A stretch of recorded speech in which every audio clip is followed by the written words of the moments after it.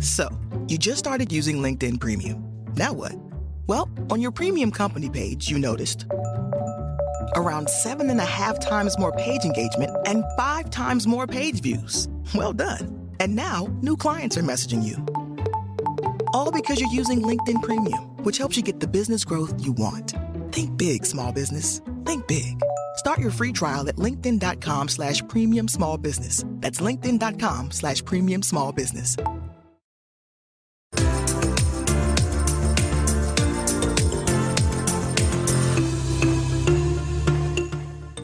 Welcome to Coruzant Technologies, home of the Digital Executive podcast. Welcome to the Digital Executive. Today's guest is Pamela Gould. Pamela Gould is a registered nurse with an extensive clinical background who brings over 20 years of healthcare industry experience in nursing and healthcare sales leadership. Pamela's healthcare career began with clinical nursing in the acute, subacute, home health care, and case management settings. As her experience grew, she transitioned her focus to healthcare sales, sales management, and training within the specialty, pharmacy, provider, and payer contract industries. Throughout Pamela's career, she has had proven success in team leadership, strategic planning, market analysis, and business development, significantly growing employer revenues and profit margins. Prior to joining AristaMD, Pam served as the Senior Vice President of Payer Strategies for HIPAA Health, a digital therapeutic solutions company headquartered in New York. At HIPAA, she oversaw national sales efforts to managed care insurers. Well, good afternoon, Pam. Welcome to the show. Thank you, Brian. And I am really excited to be here. Awesome. I appreciate you jumping on. And this is great for a March day here. I know it's warming up across the country, but appreciate you jumping on and looking forward to the warm weather. So, Pam, let's jump into the questions. Let's talk a little bit about your career. You've got quite the career in healthcare. You started out as a nurse, which is great. And now you're the vice president, or you were the vice president of payer strategies, and now the chief growth officer for AristaMD. Mm-hmm. Could you share with the audience the secret to your career growth and what inspires you? So, Brian, I think I've inherently had a passion for helping others. As you noted, I am a registered nurse, maintain my licensure, but even prior to obtaining my RN, I worked in emergency medical services and always had that passion. And it was a passion to serve, give back, really help others. And I think that's been the true motivators behind what's inspired my career growth. For me, it's staying curious and maintaining a spirit that wants to learn more, do more, and be more proactive in our healthcare delivery system. It's really pushing beyond it can't be done and instead asking, how can it be done? As I think back, there are a few events that stand out in my mind that really did have a positive impact on my career path. I can recall one particular occasion where I was caring for a very elderly patient who we would consider today to be underinsured. And she had several comorbidities and was scheduled to go home from the hospital with minimal assistance. She also had limited support due to her insurance because it didn't cover the services she needed. And I was so frustrated. I just couldn't understand why we couldn't provide her with more assistance. And I even recall arguing with my nurse manager that to send her home without adequate support would result in hospitalization, her coming back. And it ultimately did. And I remember seeing the empathy in my nurse manager's eyes as she told me, Pam, it's just the way it is. And honestly, from that moment forward, I was determined going forward that I was going to do everything I could, not only to empower the patients I treated at bedside, but also those I would treat behind the scenes in future roles.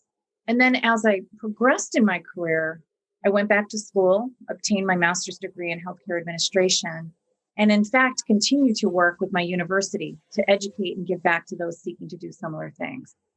I've always sought out work with innovative companies like AristaMD, companies that leverage technology to meet patients where they are while providing them with access to life-changing services. So I really think that in a nutshell is what's inspired and driven me.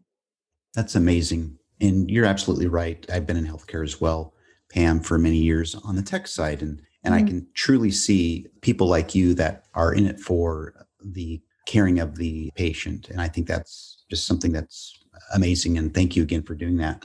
So Pamela, let's talk a little bit about the pandemic. As you know, everybody globally has to make these major shifts, right? Mm-hmm. Could you share with us what you're doing to help your company stay relevant in this economy? It's a great question.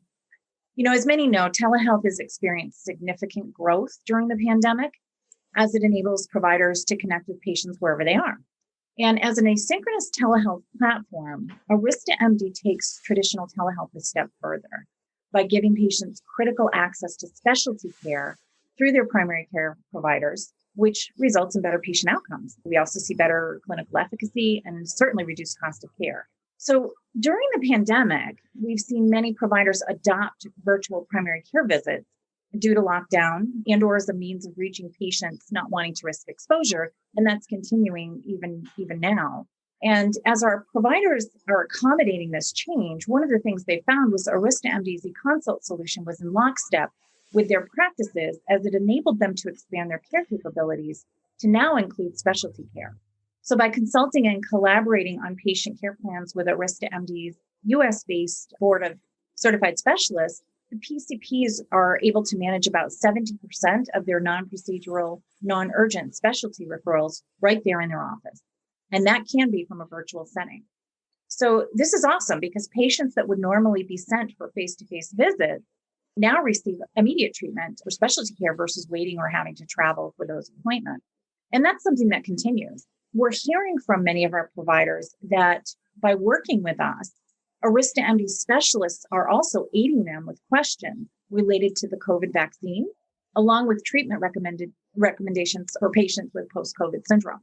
So I think as we move post-pandemic to that new normal you mentioned, I really believe patient care delivery is forever changed. You can't, I'm going to use an expression, put the toothpaste back in the tube. I think patients of all ages accessing technology-driven healthcare during the pandemic are going to want the same convenience post-pandemic. And so as such, this is going to create a market for more on-demand types of care, which really empowers patients as consumers. Plus, I believe the use of telehealth and technology-driven care really affords our patients more choice related to not only their care providers, but also how they access healthcare. It's much more convenient and it's certainly easy. Surprise bill? Need fast funds? CashNet USA can help. When you need money fast, be the hero. Apply in minutes at cashnetusa.com and get a fast decision. All loans subject to lender approval. Speed of funding is subject to verifications and your bank's processing times. Great. Thank you for sharing, Pam. I appreciate that, which kind of leads us into that next question around your platform. Are you leveraging any new or emerging tech in your business? And if not, anything that you might see industry specific that might positively impact your healthcare in the near future? Yes. We are. I think healthcare has always lagged in tech adoption, but at AristaMD, we're really focused on leveraging proven tools like HIPAA-compliant web platforms to enable communication and expedite care.